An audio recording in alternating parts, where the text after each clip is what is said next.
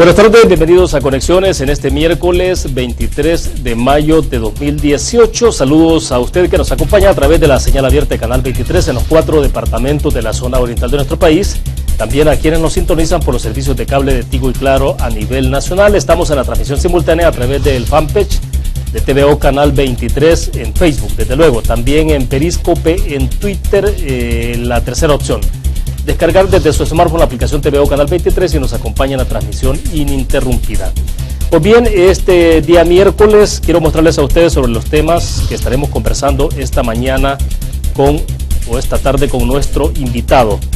El reporte de una menor cosecha de granos por la lluvia y plagas. Según la organización Campo, El Salvador se apegó a las proyecciones de producción de maíz y arroz, pero las cosechas de frijol y sorgo fueron menores por la lluvia irregular a finales de la época y el pulgón amarillo. Aquí están algunos datos que ha compartido Campo también con la prensa gráfica, algunas declaraciones, por ejemplo la que tienen en la parte superior ustedes.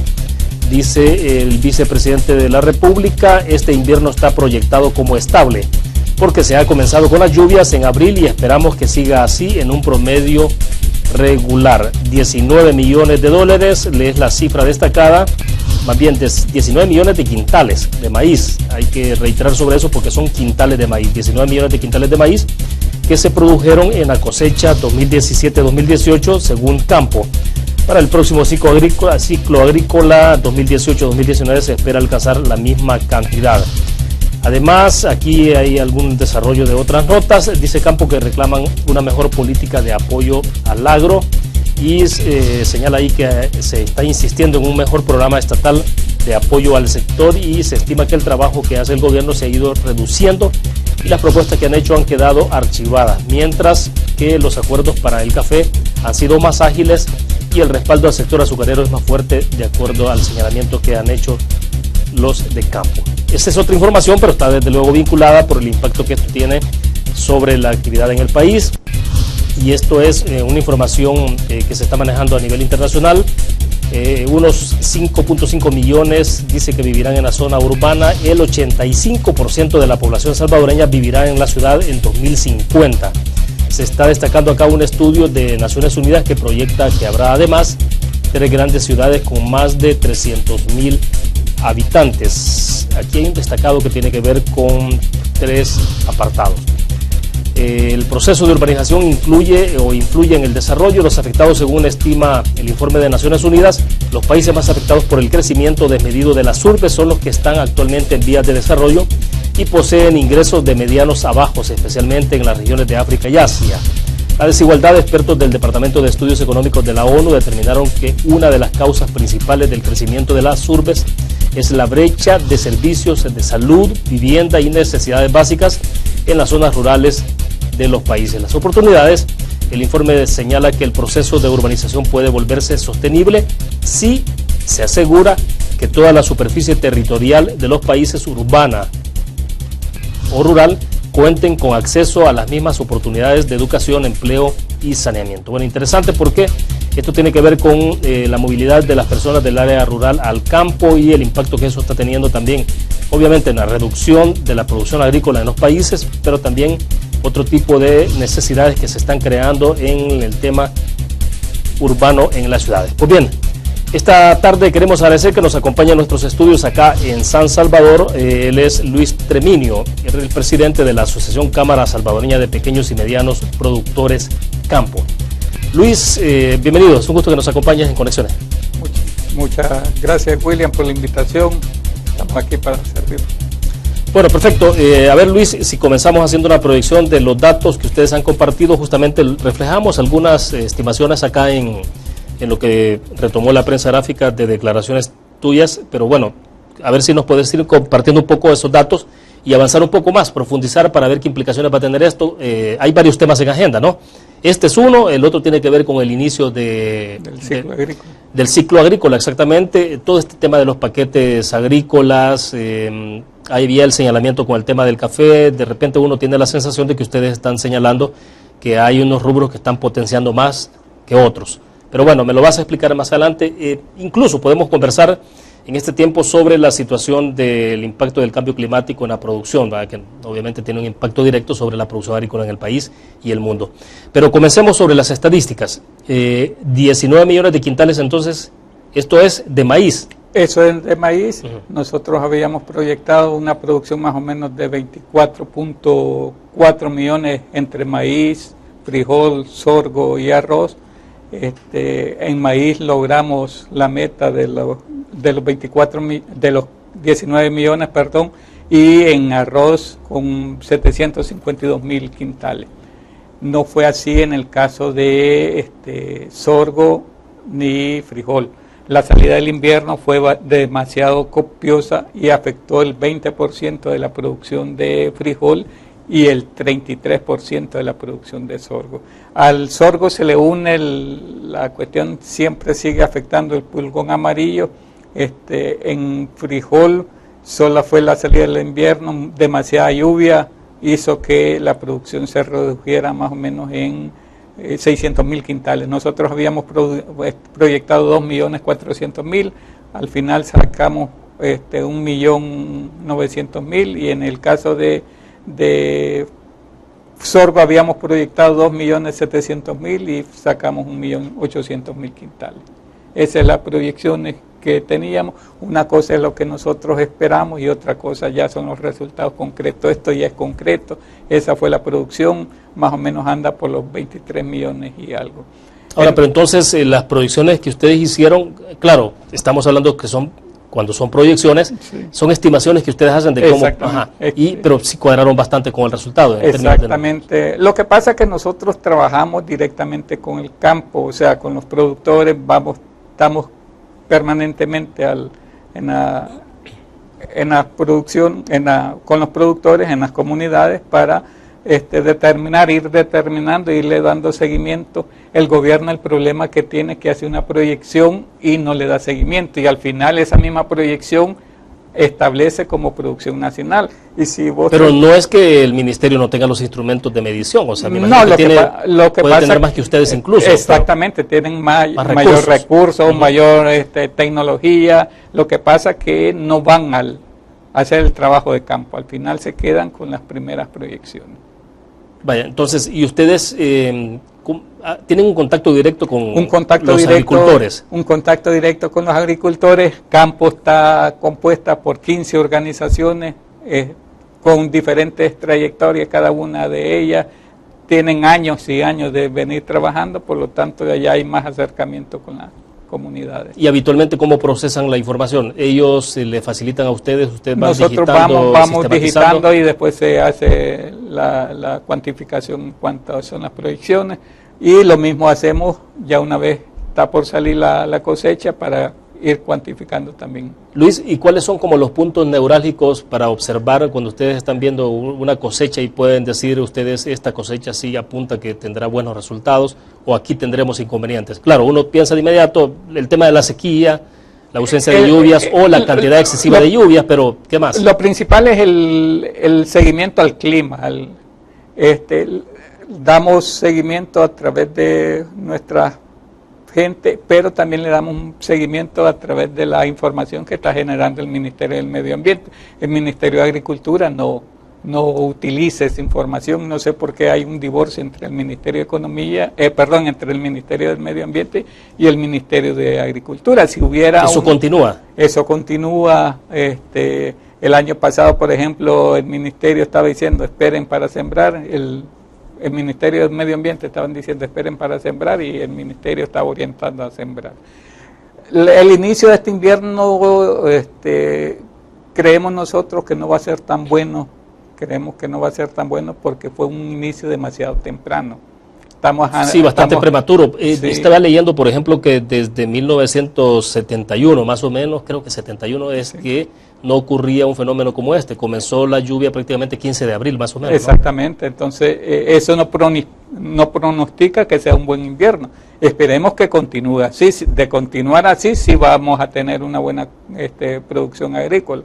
Pero la gente no ha sembrado en el campo, todavía está esperando junio, los primeros días de junio para poder sembrar. Hay alguna gente que está sembrando frijoles, pero el frijol se siembra el 5% más o menos de la producción nacional. Pero uno tiene la impresión de que parece que ha estado lloviendo más en la zona central oriental del país en esta oportunidad, en este invierno, sí, en el inicio. Invierno, parece que la zona central, sobre todo la zona occidental, es menos. Es menos, exactamente. O sea, y es un fenómeno, eso es correcto, y es un fenómeno totalmente distinto a lo que ha sido en el pasado. A lo que ha sido en los años anteriores. O sea, los años anteriores, la mayor parte de afectación del invierno ha sido en el oriente. El occidente se ha mantenido normal. Las proyecciones que tenemos para este año son un poco similares a la del año pasado. Estamos pensando por 24.800.000 quintales de producción para el siguiente año. Estamos hablando de la misma cantidad de maíz, los 19 millones. Estamos hablando en sorgo sí estamos hablando de 90.000 manzanas. Estamos hablando de 2 millones y algo de quintales de sorgo. En el caso de frijol estamos hablando de 2.400.000 quintales. De ser así, no va a haber necesidad de importación ni frijoles ni sorgo. Eso, con esa cantidad se cubre la demanda local. La demanda local, inclusive con la cantidad de 19 millones también se cubre la cantidad, la demanda local de maíz. El problema es que hay apertura de contingente para abastecer a los industriales, que los industriales utilizan parte de la producción nacional y por cada quintal que los compran a nosotros tienen derecho a 4 libres de arancel. Entonces, si hay necesidad de importación, solo va a ser para los industriales. Pero por la naturaleza, por la naturaleza de demanda que ellos tienen. Ellos tienen porque inclusive la mayor cantidad de harina que ellos producen la exportan nuevamente, o sea que no queda en el país. No afecta la producción, no debería ni afectar ni los precios ni nada de él nacionalmente. Ahora, pero se abren contingentes de importación en otros rubros también. Exactamente. ¿Y ahí qué ocurre? Y el problema ¿Qué estamos hablando? ¿En el caso del frijol? El caso de frijol aperturan contingente. En el caso de maíz, inclusive el año pasado aperturaron un contingente de 50.000 toneladas para cubrir la demanda de los industriales. Eran 22.000 toneladas. Al inicio no le querían cumplir a los industriales el 4-1, le querían dar 3-1. Logramos a través de la asamblea y a través de diferentes gestiones que se le diera el 4-1, pero las 28.000 toneladas no supimos a quién se le dio. ¿Cómo? Es decir, más de la mitad de lo que se solicitó. Más de la mitad de la asignación del contingente, no sabemos a quién fueron los beneficiarios de ese contingente. Hemos solicitado el listado de importadores al Ministerio de Agricultura y no los han todavía dado. Hemos hecho diferentes gestiones también a través de la Asamblea y tampoco hemos logrado saber. O sea que hasta el momento no conocemos a quienes se les están dando las importaciones de maíz. ¿A qué lleva eso? Digamos, obviamente que eso está generando un poco de suspicacia, ese hecho, pero ¿a qué lleva? Digamos, a pensar en qué. O sea, no hay transparencia en cuanto a la importación, y además que el problema es que también los botan los precios, porque si se lo dan a determinados vendedores, porque se supone que ese maíz que viene es para procesarlo en harina, no así para llevarlo al mercado. Lo llevan al mercado, los bota el precio, y ese es el problema que hemos tenido en los 2 últimos años. No hemos podido pasar $11 por quintal.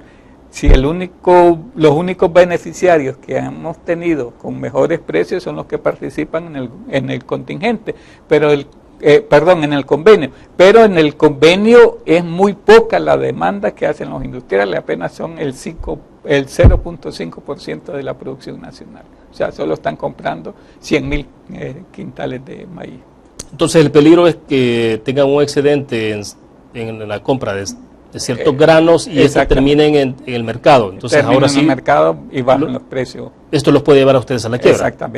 Exactamente. El problema es que muchos dicen, está bien, beneficias al consumidor, pero ese beneficio del consumidor va en detrimento de la de los productores nacionales. Pues, sí, porque la lógica ahí es, bueno, tenemos producto, por lo tanto el pueblo no va a sufrir hambre y entonces quizás los precios logramos mantenerlos estables, que no se disparen. Exactamente. Pero el tema entonces es cómo equilibrar esa parte con lo que tiene que ver de conservar y fortalecer la producción local. El problema es que hay que mantener, o sea, tenemos una buena producción. Si tenemos una buena producción, ¿para qué vamos a importar? O sea, sí, algo como de sentido común. Sí, exactamente. Entonces, el problema es que, habiendo buena producción, inclusive el gobierno ha dicho, hemos tenido cosechas récord en los últimos 3 años y al final siguen solicitando contingente a la Asamblea Legislativa o aperturando contingente desde el Ejecutivo. ¿Ustedes han hecho propuestas sobre este tema? Exactamente. ¿Cómo debería establecerse? Porque volvemos, la parte del equilibrio, que sí es necesario tener condiciones, digo, porque si el día de mañana hay una catástrofe o algo, entonces se requiere de... Exactamente, y nosotros hemos planteado también, tenemos años de venirlo planteando, que es necesaria la creación de la reserva estratégica. Lo venimos planteando desde el 2008, más o menos. Ya son 10 años, vamos para 10 años, se lo planteamos al primer gobierno que se lo planteamos, fue al gobierno de Tony Saca, después se lo planteamos al gobierno de Mauricio Funes, se lo planteamos al gobierno del presidente Sánchez Serén y hasta el momento no hemos sido, no lo han escuchado. ¿Para qué nosotros decimos que se necesita la reserva estratégica? Uno, para estabilizar precios. No necesitas poner un precio impositivo. A través de la reserva estratégica lo tenés guardado. Una vez empiece a dispararse los precios y empiece a los consumidores a sentir los precios altos, se puede sacar parte de la reserva estratégica. Y siempre ha funcionado así, o sea, se libera parte de la reserva estratégica en función de cómo va la demanda. Exactamente, exactamente. Lo que pasa es que, por ejemplo, ahorita, como no hay reserva estratégica, los precios los manejan los comerciantes. Al final de cuentas, los comerciantes saben cuándo subir y cuándo bajar. ¿Cuándo bajan los precios? En la salida de la cosecha, digamos, diciembre, sí. De diciembre a abril se mantienen los precios. Sí, porque hay abundante producto en el mercado. Está saliendo la producción, y como el gobierno no ha establecido la reserva estratégica, entonces perfectamente ellos pueden decir te compro a tal precio o no te compro, pues que es lo que históricamente ha pasado. Y el problema que tenemos es que los precios son demasiado bajos en el mercado y los insumos siempre son demasiado caros. O sea, decíamos nosotros la comparación entre el año pasado en cuanto a los insumos o el costo de producción y los precios. Nosotros decíamos que un quintal de maíz anda valiendo más o menos el costo $17, el costo de producción, y lo vendes a $9, $10, entonces perdés. Y mucha gente dice, ¿por qué siguen haciéndose? ¿Por qué siguen produciendo? Pues es la inmediata, sí. Sí, entonces, porque tanto maíz, frijol y sorgo son productos de subsistencia, o sea que el productor sobrevive de ahí. Eso es uno. Y lo otro es que no toma en cuenta el productor para hacer los costos de producción, no toma en cuenta el costo de mano de obra de él. Entonces eso, y por eso no es casual o no es raro que Naciones Unidas esté diciendo que para el 2050 va a haber el 85% de la población viviendo en las ciudades, pues porque ya nadie quiere vivir en el campo, porque no es rentable vivir en el campo. Sí.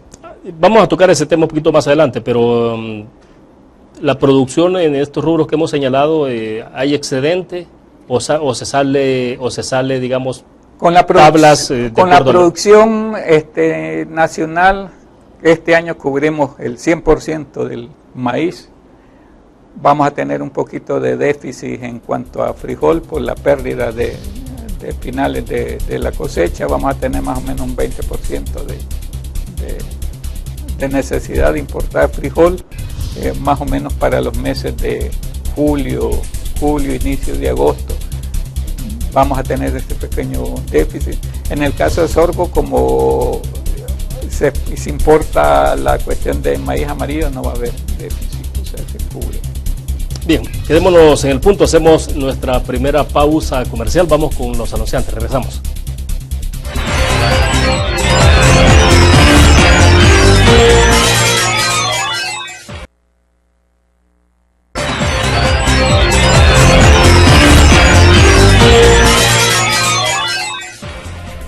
Gracias por continuar con nosotros. Transmitimos en vivo desde la ciudad capital, San Salvador. Está en nuestros estudios Luis Treminio, él es el presidente de la Asociación de Cámara Salvadoreña de Pequeños y Medianos Productores Campo.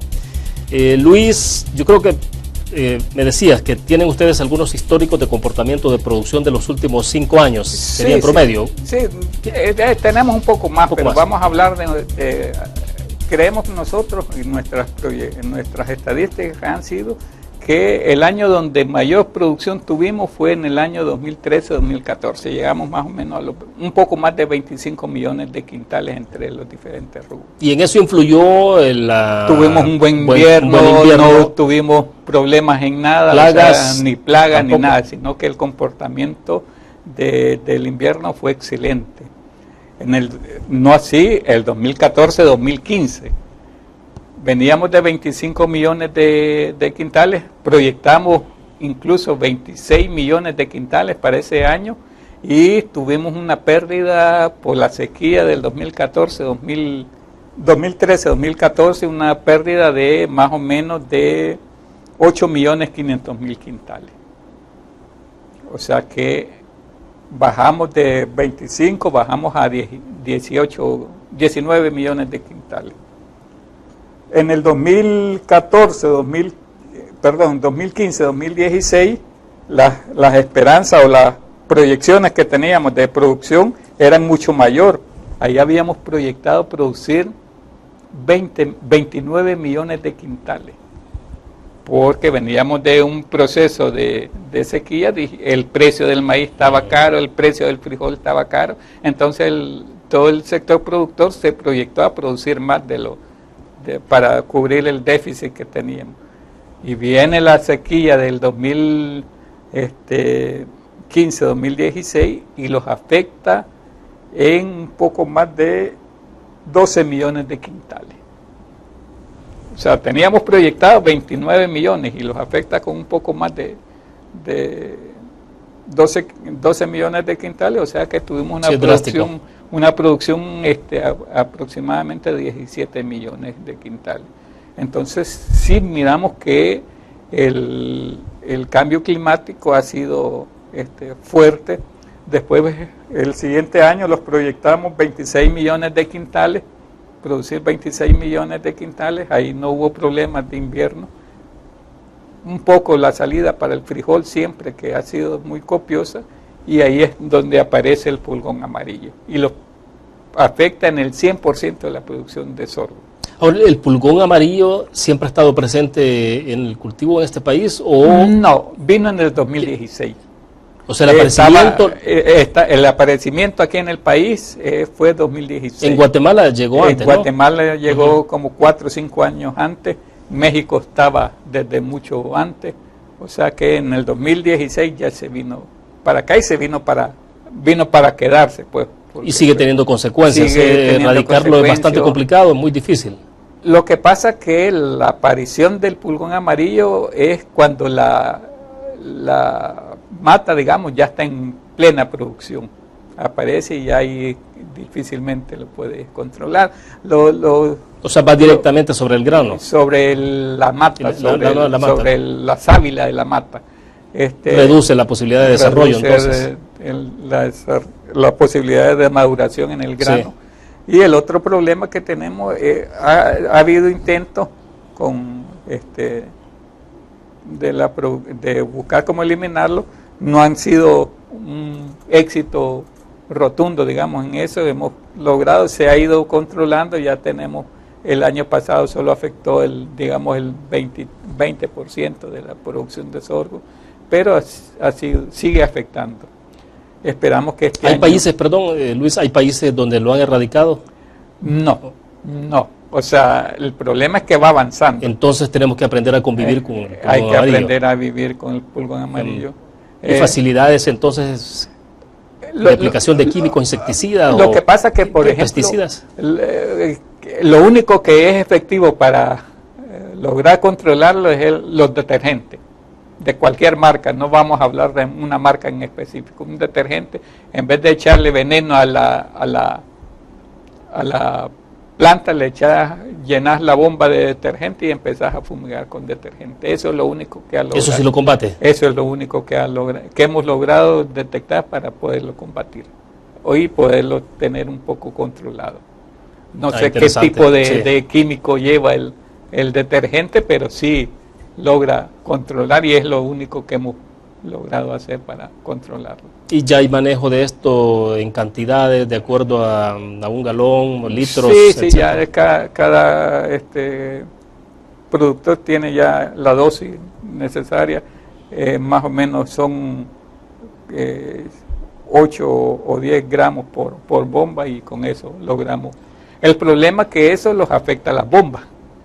O sea, que las bombas afectan los empaques, daña entonces el equipo. Daña el equipo, entonces ese es el problema que tenemos. O sea, que entonces por lo tanto lo vuelve que el costo de producción se vuelve un poco más alto. Hay un dato que siempre lo preguntamos cuando ustedes participan en la entrevista y es la relación que hay en el costo de la inversión que se hace, digamos, por manzana, por un quintal y lo que significa. Un poco nos anticipaba, ¿no?, que finalmente el productor, bueno, se sigue produciendo porque es para la subsistencia, pero con pérdidas. Exactamente, o sea, lo que pasa que si el productor se pusiera a contabilizar cuánto invierte en mano de obra o cuánto debería pagar si no lo hiciera él y su familia, entonces lógicamente no le ajustara la cobija, digamos, para sembrar. Sí, hay que hacer un ejercicio de afilar el lápiz, es decir, de hacer la suma de cuánto cuesta, si alquila la propiedad, primero, si alquila la propiedad, si contabiliza los costos de mano de obra. Insecticidas, pesticidas. Exactamente, o sea, se necesitan 65 jornales para cubrir una manzana de maíz durante la cosecha, digamos, 65, lo multiplicás por $7, que es lo que te cobra ahora un jornalero, te da una buena cantidad, y además de eso le sumás lo que gastas en insecticidas, en todos los insumos más o menos anda en $300 sin meter semilla, que la mayor parte de semilla la utilizan a través de la semilla que da el gobierno. Eso implicaría tener entonces, cuando se saca a la venta del mercado un quintal de maíz, si fuera el caso, ¿cuánto debería costar? Más o menos el costo de un quintal de maíz ahorita sería como de $20, poniendo utilidades del 10% de utilidad. O sea que finalmente se sigue operando en la producción con pérdidas. Con pérdidas, eso está claro, o sea, no hay para dónde. Ese es el problema que tenemos, o sea, y hemos dicho que el problema del sector de cereales es que opera siempre con pérdidas. Nosotros en el 2014, en noviembre del 2014, solicitamos a la Asamblea Legislativa un anteproyecto de ley para creación de un fondo especial para la agricultura de subsistencia que contemplaba darle al productor todas los insumos necesarios para la producción de una manzana de maíz. Esto no sería regalo, le decíamos, o no sería en calidad de donación, sino que intercambio. O sea, por el paquete el productor podía dar 5 o 10 quintales de maíz y el gobierno con eso crea la reserva estratégica. Hasta el momento sigue durmiendo en los archivos de la Asamblea la pieza de correspondencia o el anteproyecto de ley que nosotros mencionamos. A ver, en parte de las declaraciones que ustedes brindaban a la prensa gráfica decían que Campo estaba reclamando un mejor programa estatal de apoyo para el sector.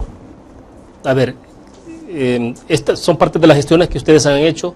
¿Ya? Sí, inclusive son las partes del mismo anteproyecto de ley de la necesidad de la creación del fondo. Porque el problema es que el paquete agrícola que da el gobierno no resuelve el problema del sector agropecuario, productor de cereales.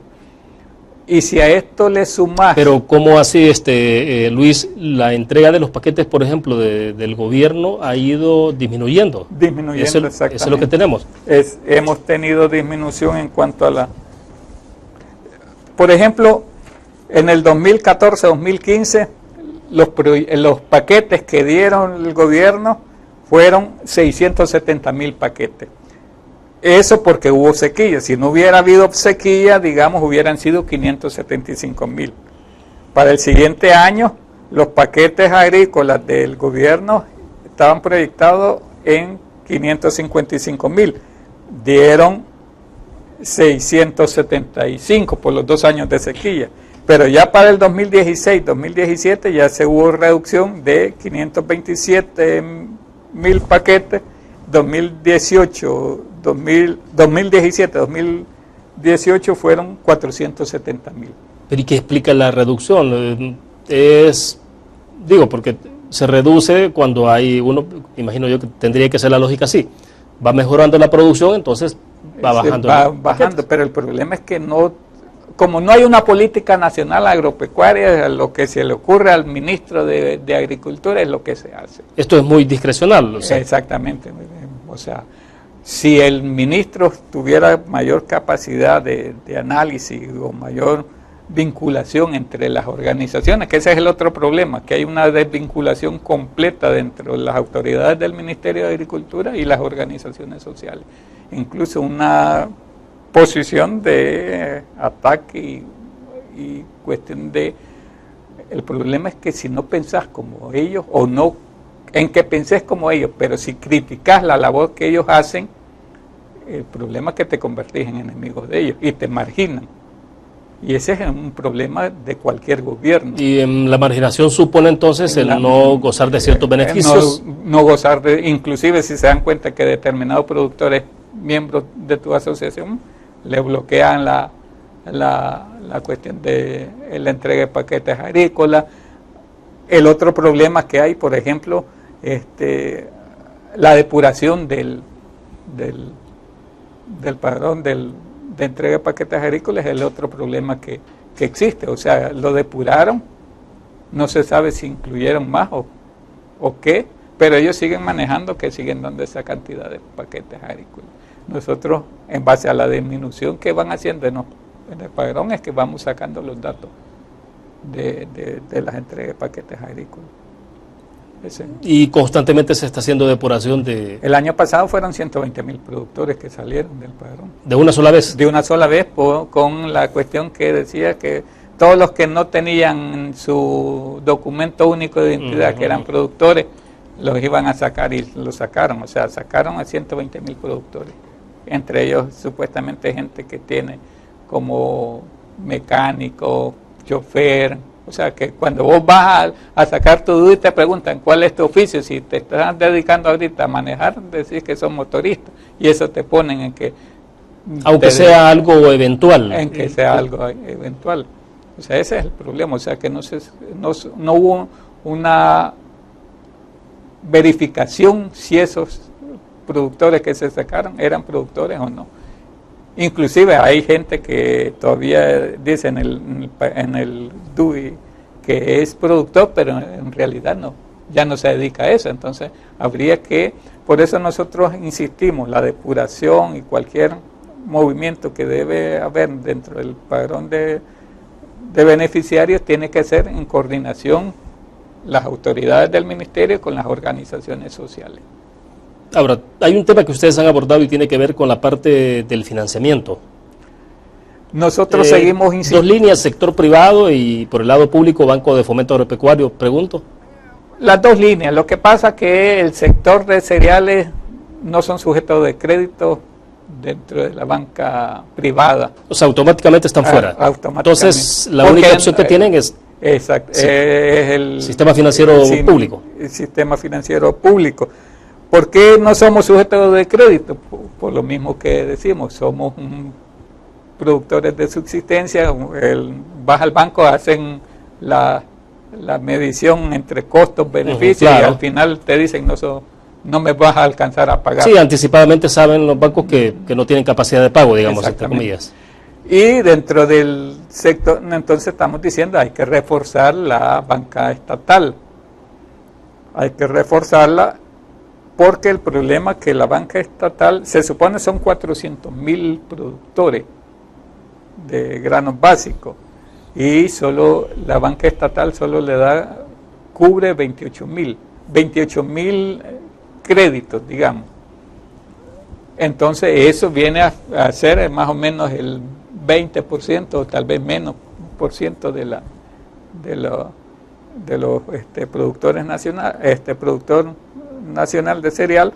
Entonces por eso estamos insistiendo nosotros, hay que buscar cómo ampliar la cartera del crédito del sistema financiero, y además que estamos solicitando... Ahora, perdón, pero todo esto pasa, Luis, por todo el tema del subsidio.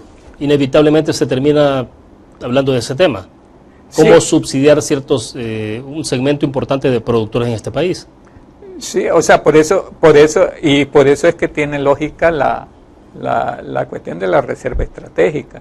Si el gobierno estableciera la reserva estratégica, y puede subsidiar la compra del grano y darle que en realidad que el consumidor, el subsidio que le dan al consumidor, porque es un subsidio que le dan porque nosotros vendemos a precio bajo y producimos a precio alto, al final el productor da un subsidio al costo bajo de Sí, finalmente se traduce en eso. Entonces, ese subsidio que lo asumiera el gobierno, que el gobierno estableciera a comprar un precio más o menos razonable que tuviera que ver con los costos de producción, y así lograr garantizar precios bajos dentro del consumidor. Inclusive así después, si ellos quieren regalarlo, lo pueden hasta regalar, pero que ayuden al productor en eso, pues. Y en este caso el tema de paquetes agrícolas debe continuar, pero habría que perfeccionar todo el tema que tiene que ver con distribución. ¿Qué cambio habría que introducir? Nosotros estamos en el anteproyecto de ley, nosotros decimos que había que entregar un paquete completo, y ese paquete que se traduce en 4 quintales de fórmula, 4 quintales de sulfato, una caneca de gramosones, un azatrina, tratador de semilla y la semilla.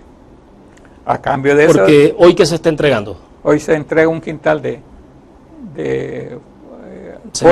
fórmula y 22 libras de semilla. Y en algunos lugares no están entregando ni las 22 libras de semilla, están entregando 11. Entonces, el paquete ese representa más o menos el 8% del costo de la producción, de costo de mano de obra, de costo de producción exactamente. Entonces nosotros proponemos y hemos propuesto en el anteproyecto de ley es la entrega de un paquete completo. Inclusive nosotros hemos hecho y hemos dicho, mientras el productor tenga el apoyo suficiente, nosotros con una empresa Disali tenemos un proyecto de agricultura por contrato. Ellos financian para 300 productores, digamos, el costo completo de los insumos. Ellos no cobran intereses. ¿Cuál es el interés de ellos? Garantizar la producción para que le podamos vender a ellos. Y además se establece un precio de referencia, que lo establecemos a través del convenio de comercialización de maíz. O sea que a la gente se le da el crédito, a esos 300 productores se le da el crédito de casi $300 sin intereses, y le compramos la producción por arriba del precio del mercado. Y además que ellos tienen la opción de que si el precio del mercado está más alto, venderlo al mercado. Un proyecto así, a esa escala, podría hacer el gobierno perfectamente. Pero bueno, finalmente todo esto, o mucho de esto, pasa por aprobación legislativa. Hay que hacer reformas de ley y todo tipo de cosas. O pueden ser decisiones más ejecutivas y decir, bueno, entonces damos línea al Banco de Fomento Agropecuario, etcétera, para que hagan algo. Para el crédito de esa cuestión no necesitan la reforma legislativa, nada, sino que es a través de orientación al Banco de Fomento. Para conseguir mayor financiamiento para el banco, ahí sí tendrían que solicitar a la Asamblea Legislativa a través de un préstamo blando o cualquier otra situación. Pero habría que, ahorita hay una cantidad de diputados que perfectamente podrían apoyar este tipo de proyectos, digamos. O sea, hay que hablar también, hay que cabildear en la asamblea la situación de los votos específicamente para un crédito para el sector de cereales. Nosotros miramos bastante bien cuando el gobierno hizo aquel acuerdo entre los cafetaleros y el gobierno. Incluso dijeron que iban a conseguir $300 millones para inyectarle al café. Eso fue con la primera administración, con Mauricio Funes. Hace 2 años hicieron también. ¿Fue con la actual? Sí, okay. Con la actual. Le estamos ddiciendo, así como hicieron ese pacto con los productores de café, hagan un pacto con los productores de cereal. O sea, no le estamos pidiendo regálenlos, háganlo de donación, sino que los den acceso a crédito, que los den acceso a la tecnología. Eso es lo que se le está diciendo al gobierno. De acuerdo, tengo que hacer la última pausa comercial, Luis. Cuando regresemos hablemos ahora sí de todo este tema que se está planteando de que el 85% de la población salvadoreña vivirá en la ciudad en 2050, porque esto va a implicar ahora sí una transformación con esa cifra asusta un poco también, porque implicaría prácticamente que el campo se va a quedar solo. ¿Y quién va a alimentar a toda esta población urbana?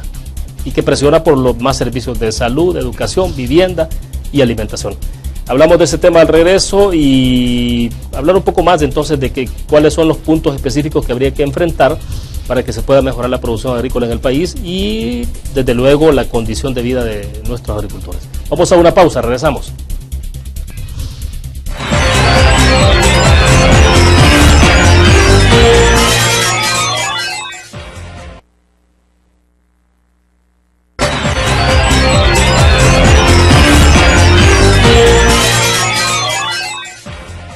Bien, estamos al cierre, nos quedan 11 minutos, Luis, para avanzar y concluir un poco este tema que es importante, que lo mostramos al principio, ¿no?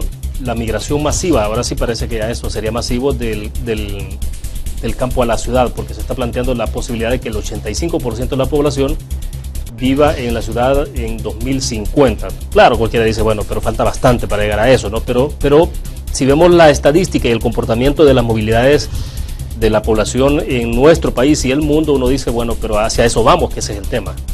¿Qué implicaciones va a tener esto entonces en la producción? O sea, esos efectos ya se están viendo en el campo.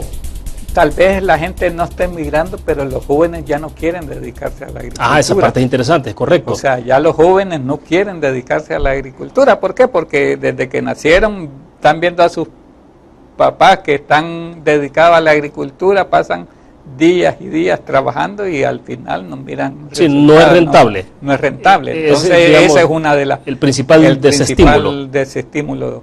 Eso por una parte. Por otra parte, en los últimos 30 años no se le ha apostado a la agricultura. Ninguno de los gobiernos, ni los 4 de Arena, ni el 2 del Frente le han apostado a la agricultura, a tratar de resolver el problema agrícola. ¿Y se puede decir de esa manera tajante? Sí, porque incluso con los últimos 2 gobiernos. Sí, ¿por qué? Porque nosotros hemos dicho, hagamos la política nacional agropecuaria y que trascienda gobierno.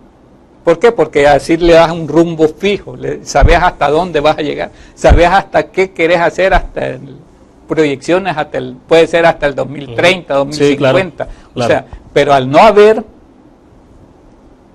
Ponemos ejemplo el caso del presidente Funes, puso 3 ministros en agricultura y los 3 llegaban a tratar de borrar lo que hizo el anterior y siendo el mismo partido, ya no se diga cuando hay cambios de gobierno de diferentes partidos. Sí, es dramático cuando es cada 5 años, no digamos que a la vuelta de un año se esté cambiando ministros y modifique todo lo que hizo el anterior. Exactamente, entonces ese es uno de los problemas. Nosotros decimos, hay que crear la política nacional agropecuaria y que esta política trascienda gobierno y además que esté de cara al cambio climático. O sea, no podemos pensar ahorita en hacer una política nacional sin ponerlos a pensar que el cambio climático ya lo tenemos, ya es un hecho, ya no podemos decir, todavía en el 2000 podíamos decir, posiblemente en 2020 vamos a tener cambios climáticos, van a haber mayores repercusiones de sequía, ya lo miramos, en el 2014-2015 perdimos 12 millones, más 8 de 20 millones de la producción en 2 años, Entonces esa situación la tenemos que proyectar. ¿Cómo la podemos proyectar? Uno, que dentro de la política nacional se incluya financiamiento, se incluya el uso de la biotecnología, se incluya el uso de mejores herramientas para los productores, porque el problema es que muchas veces la cuestión se vuelve ideológica. Por ejemplo, hablar de uso de abonos orgánicos, sos de izquierda. Hablas uso de biotecnología, sos de derecha. Entonces, ¿por qué no? Sí, no digamos el tema de transgénicos y demás. Transgénicos, que es un mito, tratar de hablar de eso aquí. Entonces, ese es el problema. O sea, que por eso nosotros proponemos y que inclusive que esa política no sea creada por el gobierno, pero eso sí, que no contraten a gente del exterior, porque va a pasar lo que pasó con el plan de agricultura familiar. O sea, dentro del plan de agricultura familiar, cuando lo crearon unos brasileños, sacaron del plan de agricultura familiar el sorgo porque no sabían qué era. ¿Y qué quedó finalmente de eso, de ese plan, Luis? Ya poco a poco se ha ido terminando. Ya este año tenía $400,000 de presupuesto. Ese es yo creo que... O sea, prácticamente desapareció entonces. Prácticamente desapareció. De 9 millones que inició de presupuesto a 400,000. ¿Y qué ocurrió? ¿O fue un fracaso como tal ya el plan, o simplemente es porque no se enfocó como debía? O sea, bien, no se enfocó, desde tu juicio había que hacer algunos correctivos. Exactamente, o sea, que hay que tomar en cuenta la participación para la elaboración de todos los planes y de todas las medidas al sector de la población que tiene que ver con el sector agropecuario. O sea, sí hay que tener un plan de agricultura familiar. Sí hay que tener un plan de agricultura familiar donde involucre a toda la gente para su misma elaboración. ¿Por qué? Porque cuando lo hace gente de otro lado, el problema es que no toma en cuenta la cultura. Sí, claro, claro. Y ocurre con otras políticas también, ¿no? Que se implementan y no se consulta a los que saben y a los que están trabajando en el área. Exacto, porque incluso para el plan de agricultura familiar se creó un consejo consultivo supuestamente para ir modificando. Nosotros como campo participamos en el consejo consultivo, hicimos muchas propuestas y las autoridades del ministerio, para ese momento estaba Guillermo López Suárez, dijo, están buenas las observaciones que ustedes los hacen, pero el plan ya está hecho. Sí, pero no. Sí, entonces al final ese es el problema. A ver, entonces enumerabas una del tema del impacto que ya estamos sufriendo, decías, no hay necesidad de estar en 2050, o sea, ya tenemos algunos síntomas de que la población prácticamente está moviendo del área rural a la parte urbana. Mencionabas el tema entonces de la falta de estímulo, ¿no? O sea, no hay estímulo para que los jóvenes puedan continuar lo que sus padres han hecho en toda la vida. Exacto. Pero entonces el tema también del envío de remesas. Los jóvenes eso es lo que están buscando. O sea, irse para Estados Unidos. Llegar a los 18 años para emigrar para los Estados Unidos. ¿Por qué? Porque no es rentable estar en el campo. O sea, tiene su lógica cualquier persona sensata sentido común. Sentido común, exactamente. Entonces esa es la cuestión. O sea, mientras no se tome en serio al sector agropecuario, desgraciadamente inclusive los tres, bueno, el candidato actualmente de Arena, Carlos Calleja, el posible candidato de